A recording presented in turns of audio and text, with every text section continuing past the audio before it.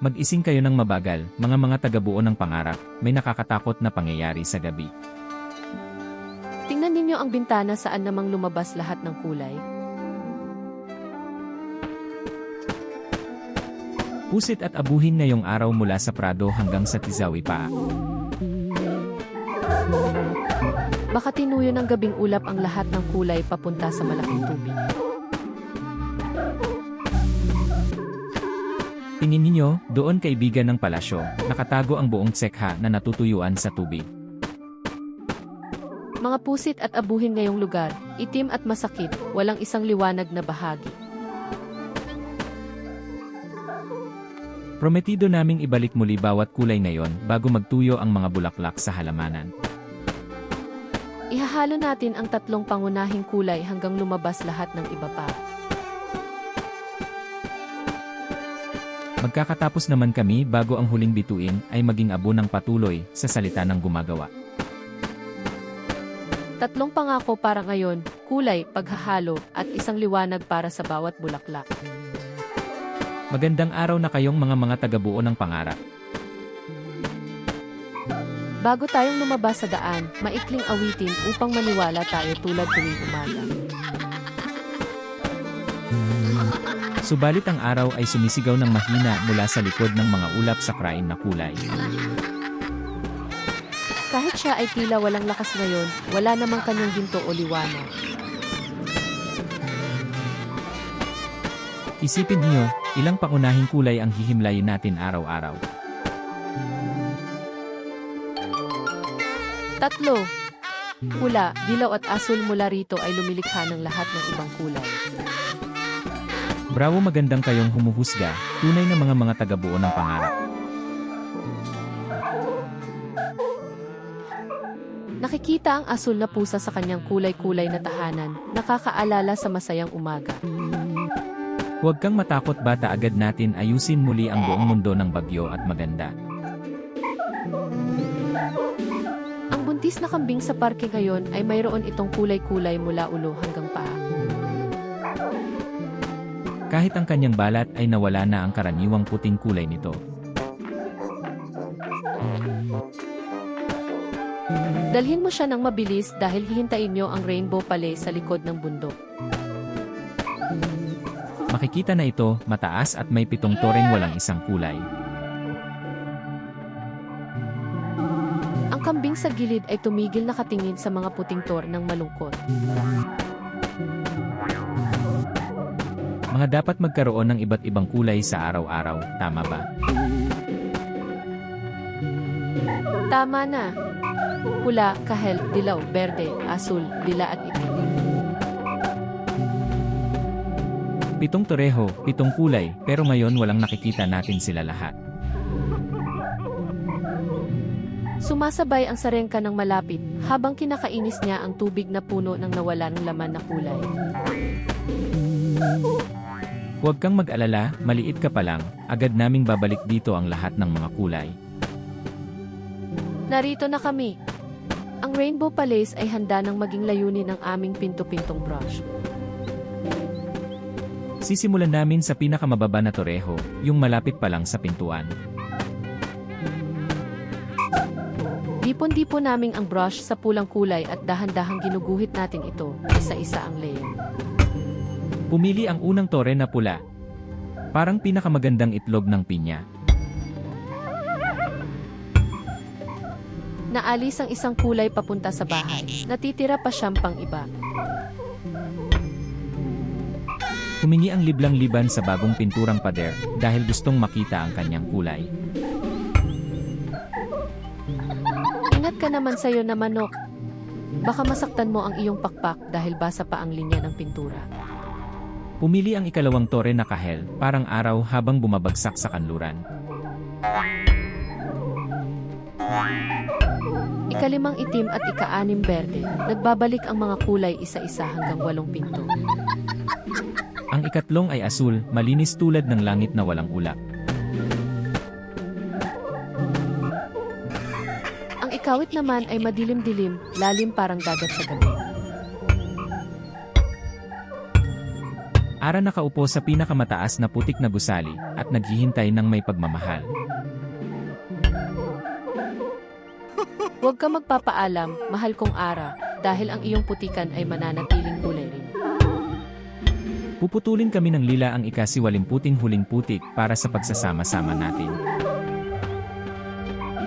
Gumawa na.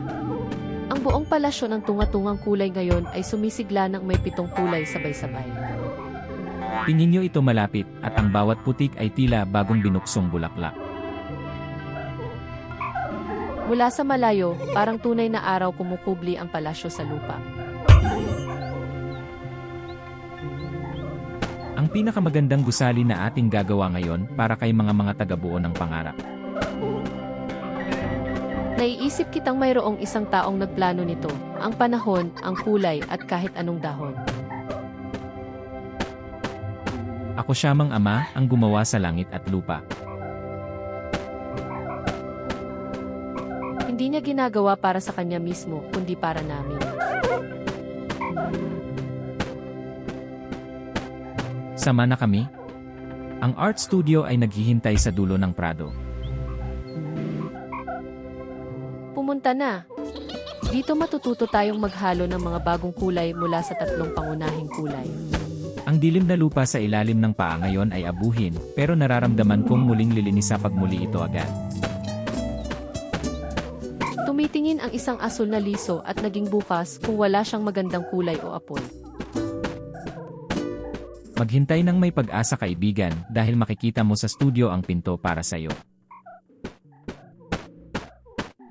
Nagiging mababa na ang anino habang umuunaw ang araw at nagiging mainit ang hangin.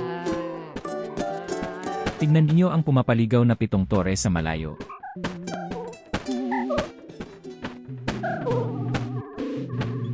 Ang malarsang gupit ay namamaga ng bagong, basag na kulay mula pa rin sa malayo. Ang pagiging matibay at pamamahinga ay nagtatayo ng mas marami kaysa sa mapabilis na pagsasara. Tandaan ninyo. At ngayon ay tumatakbo tayo papunta sa malarsang gupit. Dumadaloy kami ng sabay, makikita na ang gupit mula likod ng mga kulay-kulay na parasol na nakatutok sa pinto. Narito na. Ang malarsang gupit ay handa para sa aming kamay. Simulan natin ito gamit ang mahabang mesa at 3 malaking bote ng kulay. Ang dilaw, asul at pula, bawat isa ay may sariling candy. Mga palengke para sa pinto ng sikat na dulo hanggang pinakamaliit. At nasa dingding ang mga tela, hinihintay ang kanilang unang kulay. Dumating si Kurka sa loob dahil sa amoy ng bagong pintura. Maging mabuti sa paa mo, mahal kong lumikha, lahat pa ay basa.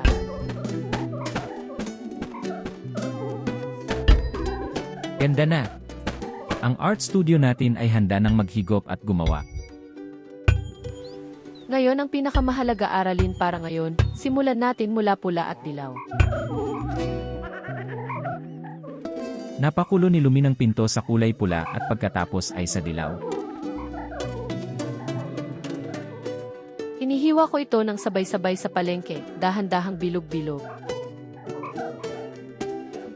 Walang. Ang itim at dilaw ay nagbago na kahel.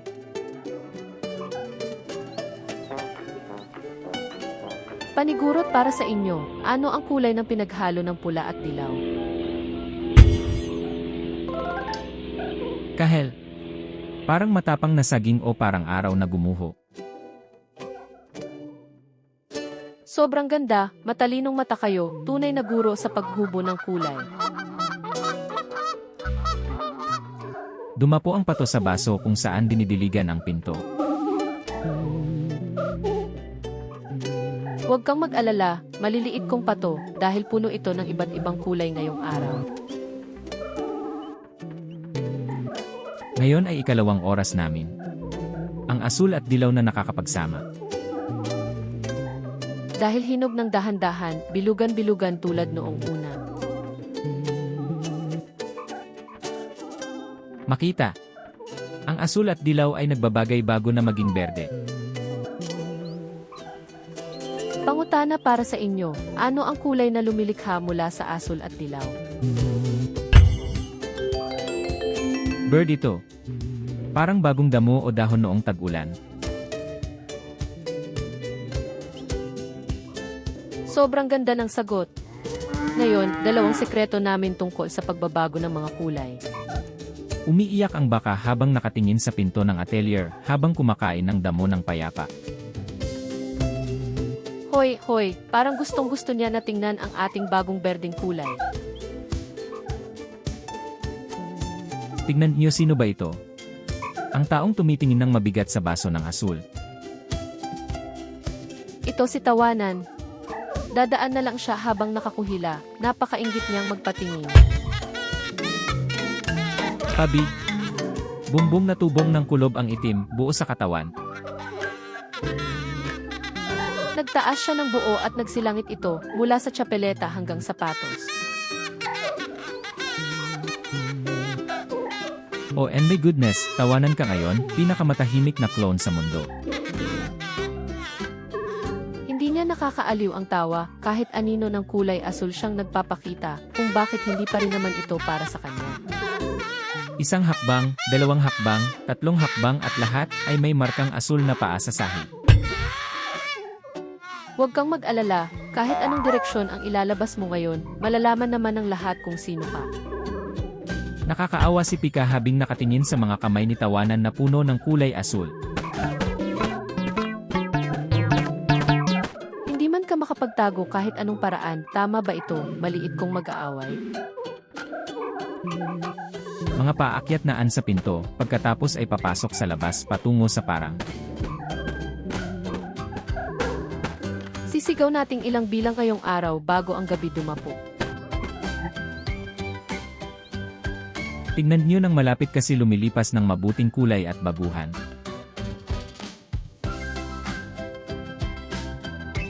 At mula sa malayo, pumupuno pa ng amoy na pintura hanggang sa palasyo. Ang pinakamagandang aral ngayong aralin ay ang mga tagabuo ng pangarap. Aralin natin ngayon ang dalawang mahahalagang lihim tungkol sa kulay. Pula at dilaw nagbibigay ng kahel, habang asul at dilaw ay lumilikha ng berde. Iingatan ninyo ito ng mabuti dahil gagamitin mo ito buong garden of colorful flowers. Mga baka ay pumupunta sa mga asul na markang may hahawak ng kuryosidad. Huwag mong kainin, mahal kong bata, ito ay kulay at hindi damo. Pupuntahan ba tayo? Ang bahay ng maraming kulay na bulaklak ang naghuhuli sa likod ng tulay. Umuwi na. Dalhin natin ang bagong mga pintura lahat ng kulay. Nagsisilang ng mas mabigat ang araw mula sa abot kaya pa lamang mga ulap.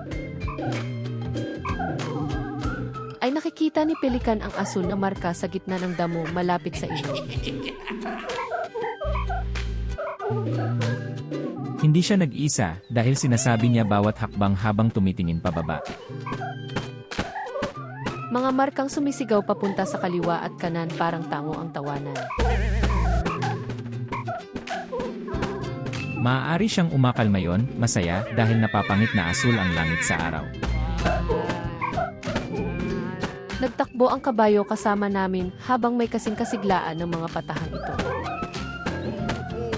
Huwag kang matakot kabayo, hindi lahat ay gustong makakuha ng asul na patalim ngayon. Tingnan niyo paano nagiging berde ang prado sa bawat hakbang natin. Ang kulay mula sa aming balat ay bumabagsak sa daan at pinupuno ang damo. At doon, malayo, parang may kilig-kilig na liwanag sa itaas ng palasyo ng Arkong Ngiling.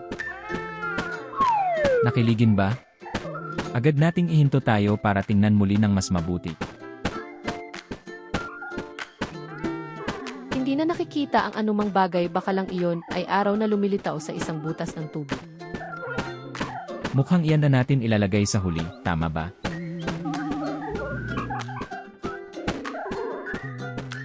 Ilalagay na. At ngayon ay tumatakbo tayo papunta sa garden ng mga kulay-kulay na bulaklak. Tumatakbong kami ng sabay-sabay, makikita mo na ang halamanan doon sa likod ng kahoyang tulay. Narito na tayo. Ang garden ng mga kulay-kulay na bulaklak ay naghihintay na lamang para kayo magpintig dito. Simulan natin sa pantay-pantay na bakuran, isang linya ang sumusunod sa kabilang. Iniinom pong kami ang iba't ibang uri ng bulaklak sa bawat bahagi. Naghihintay sila para makakuha ng kanilang sariling kulay. Ang lambing ay naghuhuli ng damo malapit sa pader habang nakikita siya ang aming gawa.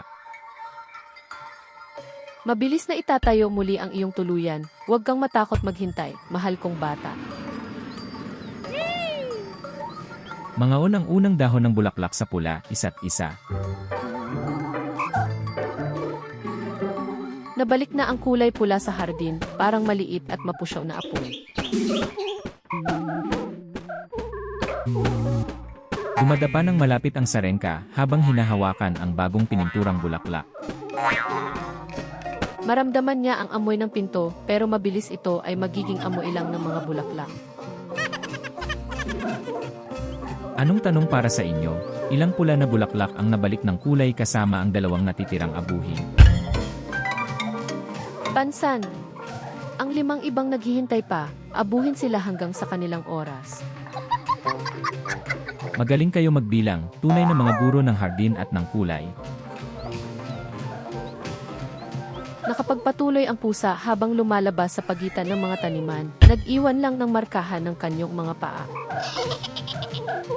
Ayon sa gilid naman ang asul na bakas ni Tawanan. Hindi ba siya dumating ng direkta sa taniman ng mga dilaw na bulaklak? O anoy, ngayon may isang puno-puno na dilaw na bulaklak ito na may asul na butil.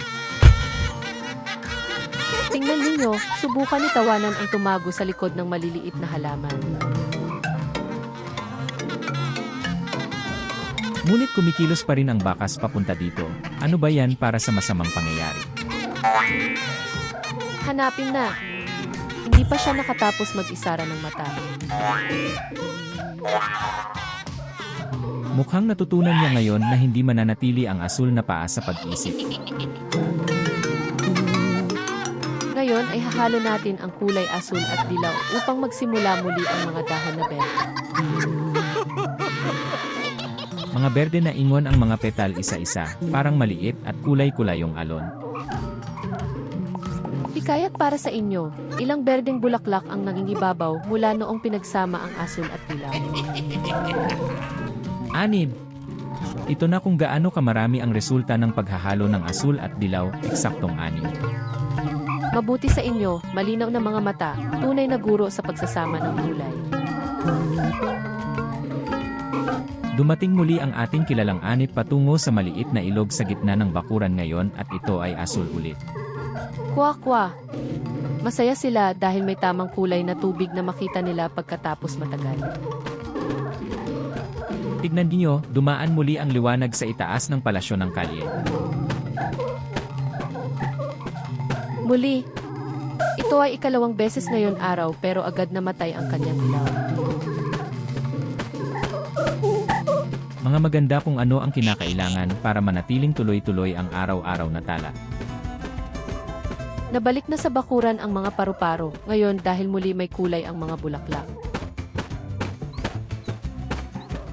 Lumilipad sila mula sa pula hanggang berde, parang nagdiriwang kasama namin lahat. Huling haharap ng gulayan, dilaw na mga kalabasa at lila ng mga kampanilas. Pinturahan natin ito ng mabilis bago lumubog ang araw.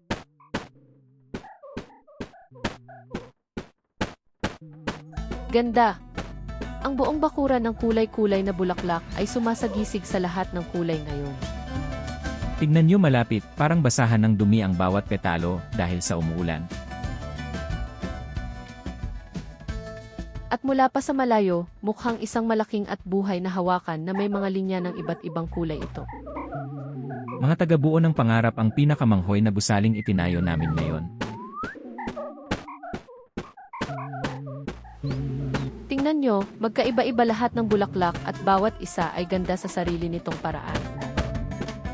Ang pula kasama ang berde, dilaw kasama ang lila, walang isang hiwag na katulad pa rin.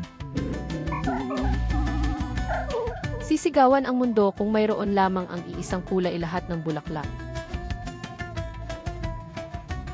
Mga ito ba ay makapalayo sa langit tulad namin?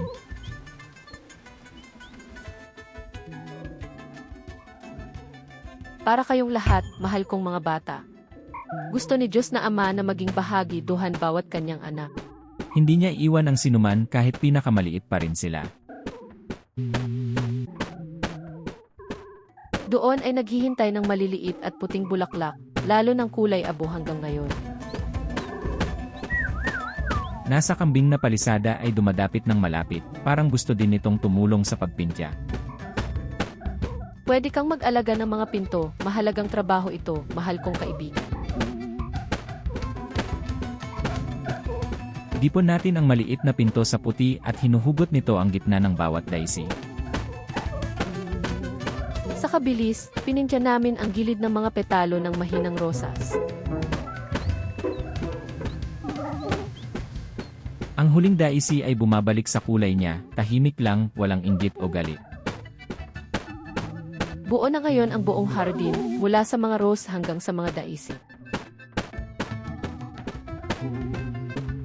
Sumakay ng mabilis ang kabayo sa pagitan ng mga hilera, at nananatiling makita ang asul na markas ni Tawanan. Pwede nating gumawa ng malaking mapa kung paano siya nakaligtas ngayong araw base sa mga marka doon. Mula sa malaskang gupahan hanggang sa parke at patag.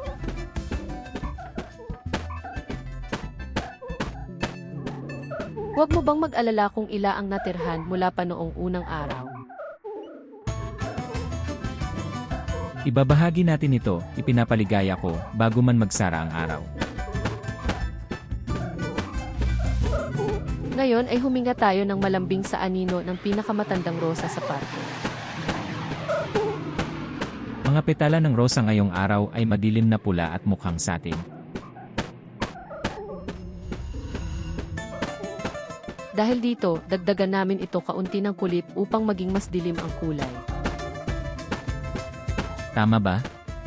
Hindi ko alam na may higit pang lihim ang mga kulay. Marami sila, aabutin naming lahat ng araw-araw kasabay sa ating paglalakbay. Makita nini ang mga pusa na naglalakad sa bawat bulaklak ng may pagkakasunod-sunod. Sinasubukan nilang isingit kung alin sa mga bulaklak ang puno ng pinakamarami na nektar para ipunan. Samantala, natin din sinusuri ilang natatanging kulay ayaw pa lang sa aming basong pinta. Mga kulay pula at dilaw pa rin kumpleto pero masyadong kaunti ang asul na mayaman. Dahil maayos ito dahil baka kinuha ni Tawanan ang huling bahagi para sa kanyang mga paa. Nakatawa tayo habang nakikita natin ang malalim na kulay asul na markas ng kanyang paglalakad sa buong prado.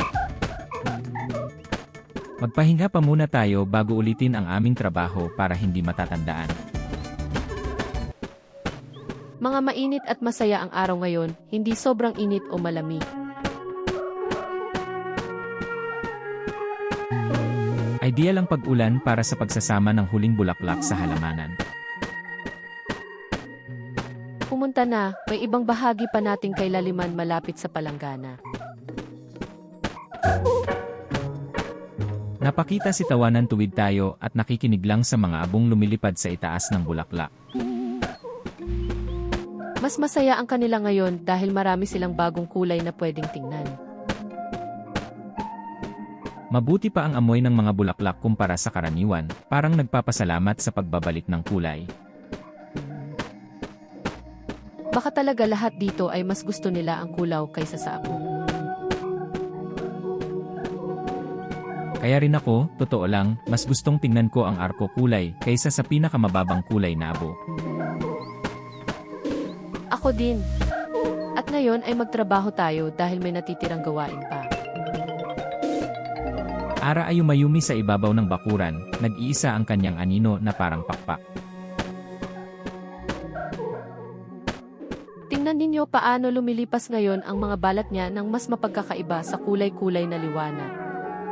Kahit mananabik ay tila mayroong mas malinaw at mas magandang kulay kaysa karaniwang araw.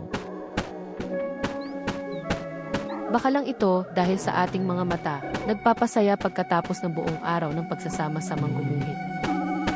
O baka talagang mayroon tayong magingkad na huling kulay na ibalik natin, hindi pa alam. Dos ay maganda ang sinabi, tama ba ito mahal kong mga tagabuo ng pangarap? Tama! Ipagkumpuni na ang ating mga pinto dahil sa huling gawaing ariin nating gagawin ngayon. Ang Fontana Farm, ang huling tagpo ng aming paglalakbay para sa araw na ito. Aklat ay naglalakad sa pagitan ng mga rilya, pumuputok sa bagot-bagong kulay. Huwag kang mag-alala sa buto-buto, mahal kong anak, dahil pa rin silang sariwa at malinis. Naramdaman ko ang isang maliit na init na dumi sa aking noo. Umuulan ng isa pang patak ng tubig direkta sa bagong pininturang bulaklak.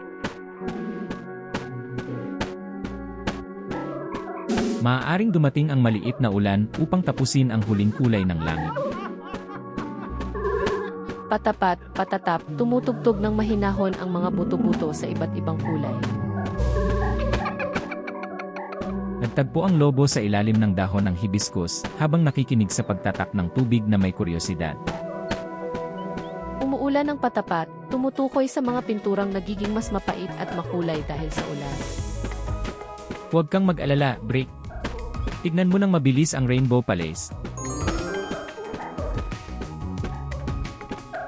Tungkol na ito sa tunay at malaking araw kulay o rainbow sa itaas ng Rainbow Palace. At ngayon ay hindi rin nawawalan nito liwanag, nananatili pa rin doon. Pula, kahel, dilaw, berde, asul, lila at purpura. Tama ang bilang ng mga kulay na ito kung saan may 7 tore o bintana ng ating palasyo. Parang nagbibigay ng alamat ang langit dahil sa buong araw nating puminta-pinto.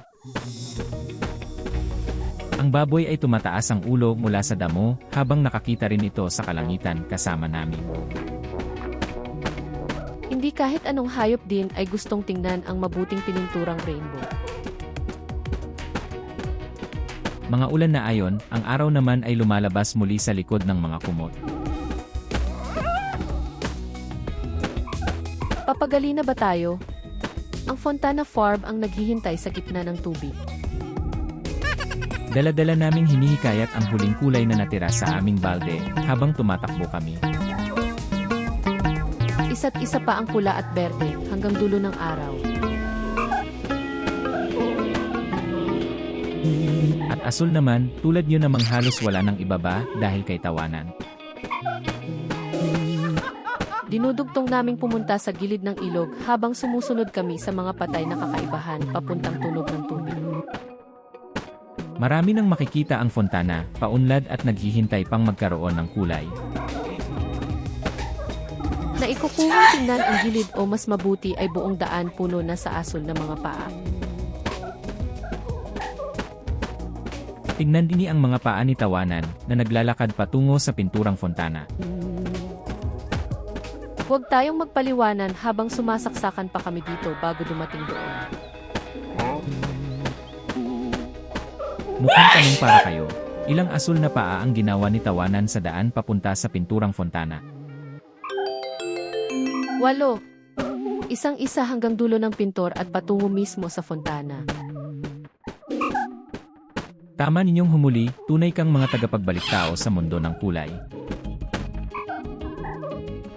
Nakaupo ang pelikanon sa gilid habang nakakita siya ng tahimik na fontana palang walang kulay. Mabilis ito magbabago, ipinagpabati namin kay mahal kong pelikanon. Dumating na kami. Handa nang hintaing huling mga kulay ang pinturang fontana. Ahok na huling gusali at kulay para sa pagbabalik ng kalinawan.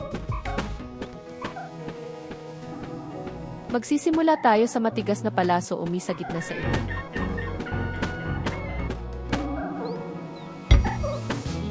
Gumagawa kami nito gamit ang malambot, puting bato isa't isa. Sa gitna nilalagay namin ang mga tuyong tubo mula sa amang tatlong kulay ng pinta. Pula, dilaw at asul handa ng maghalo habang lumilipad.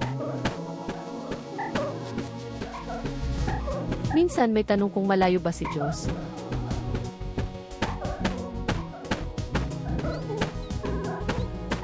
Hindi. Pinadala niya kay Jesus para maging kasama namin bilang kaibigan. At ang kaibigan ay nananatili kahit mahirap.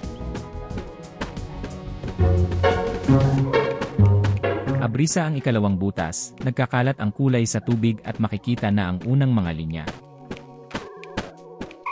Nabuksan naman ang ikatatlo at bumagsak ng malaking tanso ng mga kulay. Tignan nyo! Lumilipad ngayon ang tunay na araw-ari imbes na simpleng tubig lang.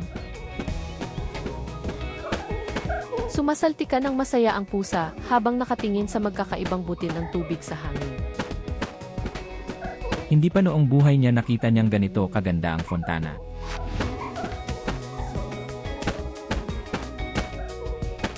Sino ba ito na tumatakbo papunta dito? Parang lahat ay asul pa rin.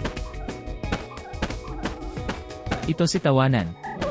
Parang gusto niyang maligo muna ang kanyang mga paa na kulay asul. Please, sumako agad sa gitna habang inaasahan ng matamaan ng tubig.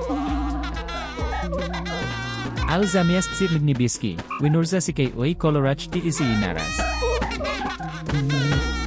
Serwani na nosi, tikay na brzochu, zieloni na jednim ochu. Tawanan, teraz just chods iid, initil ko Nibiskim baznem. Medyo sigono, kail mutuni prezaskadza, diaphysis prezasini. Motu alipij, teras niknizgadni, zid zailay. Rowamak siros bauyona, patros na kolorowego tawanana.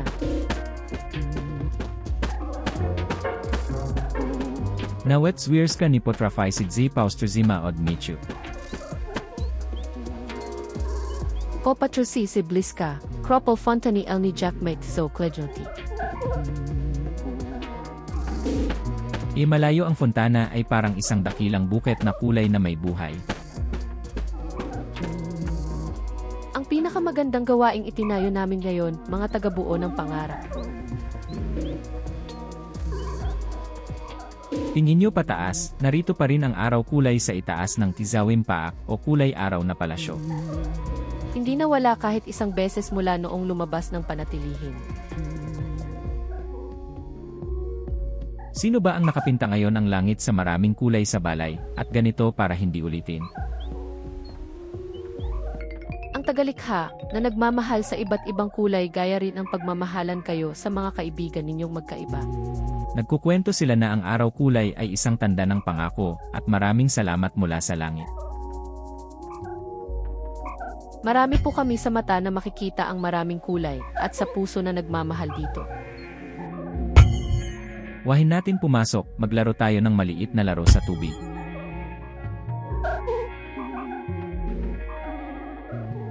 Brick ang unang sumubok sa mga kulay-kulay na butil ng tubig habang tumatawa parang bata.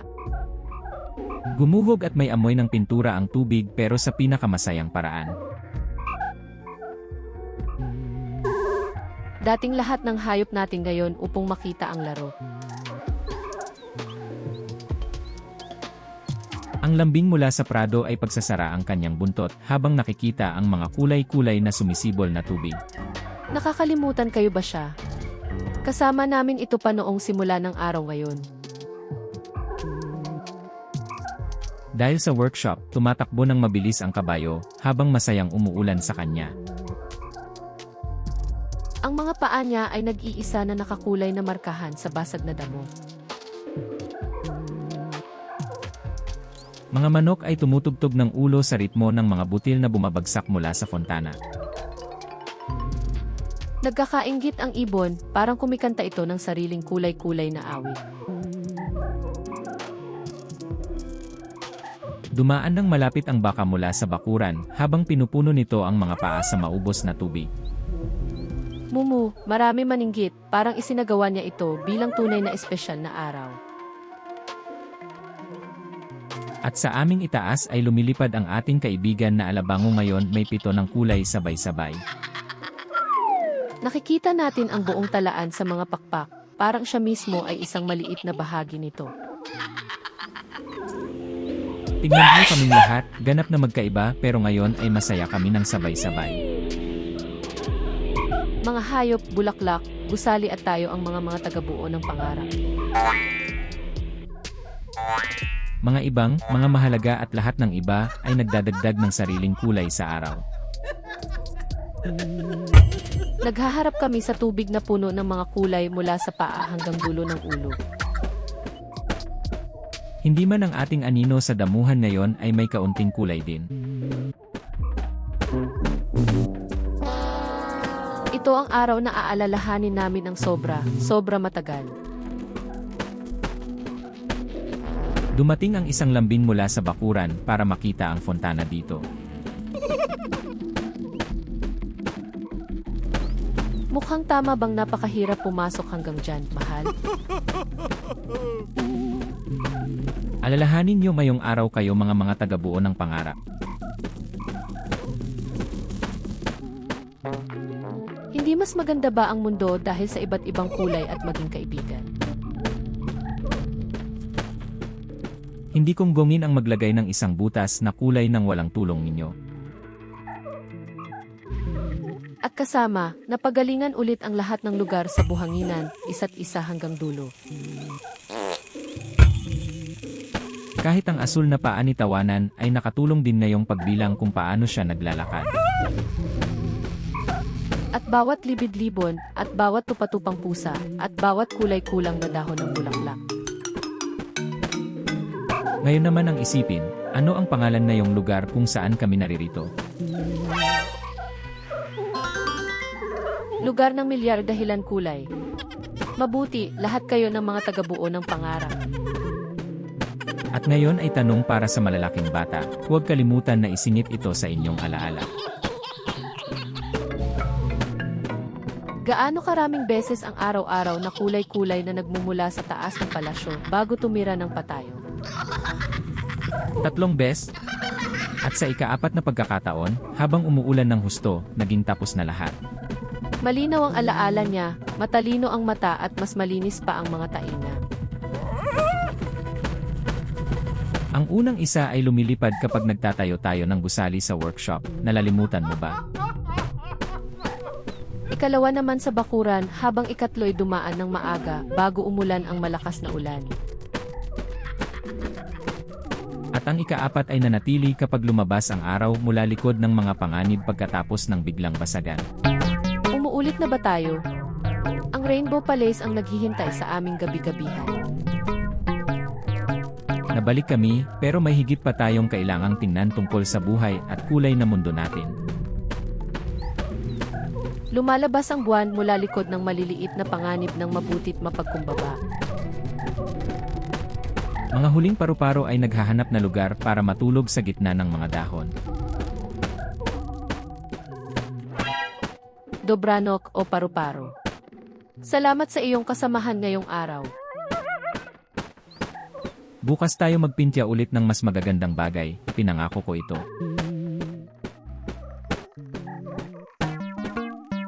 Kasi bawat araw ay isang bagong kwentuhan na may bagong kulay upang malaman natin. Tingnan nating muli ang fontanang may kulay sa malayo at lumilintik. At doon, matatagpuan ang bahay ng mga kulay na bulaklak, tahimik at puno ng amoy. Ang arsena ng pinta ay tulog ng madilim, naghihintay para bukas maghahalo ulit. 7 ang gusali, libu-libong kulay, at ito lang ang maraming bagong alaala. Dobranok mga tagabuo ng pangarap.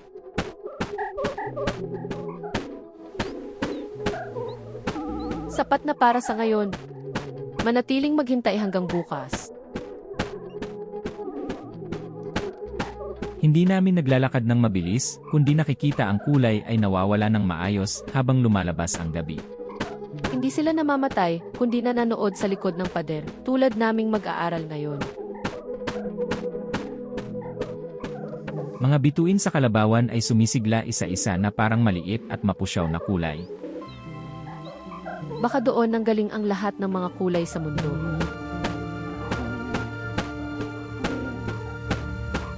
Ang buong bansa ay nakatago ng payapa, puno ng ganda at maituturing na gawaing maganda. Nakikita kong masaya ako ngayon dahil nagpupuno kami ng liwanag habang gumuguhit kasama ninyo. Ito rin ako, mga mahal kong mga tagabuo ng pangarap. Nasa dulo na kami sa hagdan ng aming unang palasyo. Pag mayroong bagay na nagdudulot kayo ng takot o alalahanin, magandang sabihin ito sa isang malalapit. Maaari ninyong iparating ito kay Maria, inyong inalang sa langit. Hinahangaan niya ang mga salita mo. Siyang harihan at ama ng lahat ng anghel, pero mas gusto pa niyang tawag na mama siya. Magsayaw ng maayos ka ngayon dahil bukas ulit ay magiging kulang-kuha muli ang araw. Ipakasalamatan inyo ang inyong pusa o gamitin ang inyong unan, mga mahal kong bata. At huwag kalimutan na sa inyo imaniwala ang 7 kulay ng anghel, isa't isa. Marami kayo na nakapit sa amin ngayong araw, mga tagabuo ng pangarap. Sino ang pinakamagandang pumintaya para sa buong krainan ko noon? Huwag nang magbulong, kasi nag-isa tayong tumatahimik at sumasayapin kasama nyo. Magpahinga na kayo, mga kulay. Magpahinga na din ang ating mga kaibigan. Nabalik tayo sa aming unang Rainbow Palace. Huwag nang maglakad, kundi umupo dito sa hagdan para maging maayos ang pagtulog.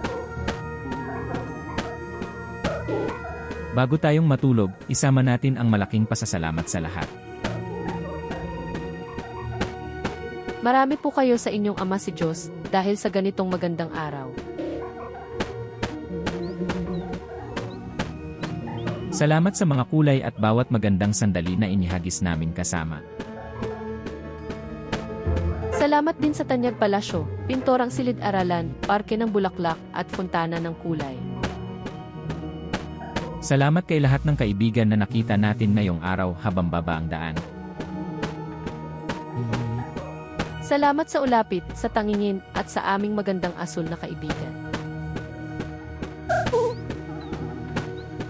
Mananalangitan muli kami bukas para sa bagong kwento. Gigising na kayo, mga tagabuo ng pangarap. Magpahinga ng maayos kasi ang gabi. Makikita natin ulit bukas sa isingib at magkulay na araw. Tingnan mo, nagiging liwanag na ang unang bituin isa-isa. Pangit na parol tulad ng mga piraso ng bulaklak sa itim na langit. Magsuho kayo ng maayos habang inilalarawan nyo ang bituin o kulay ng arawin. Gabi ka, Lumi. Makikita natin ulit bukas.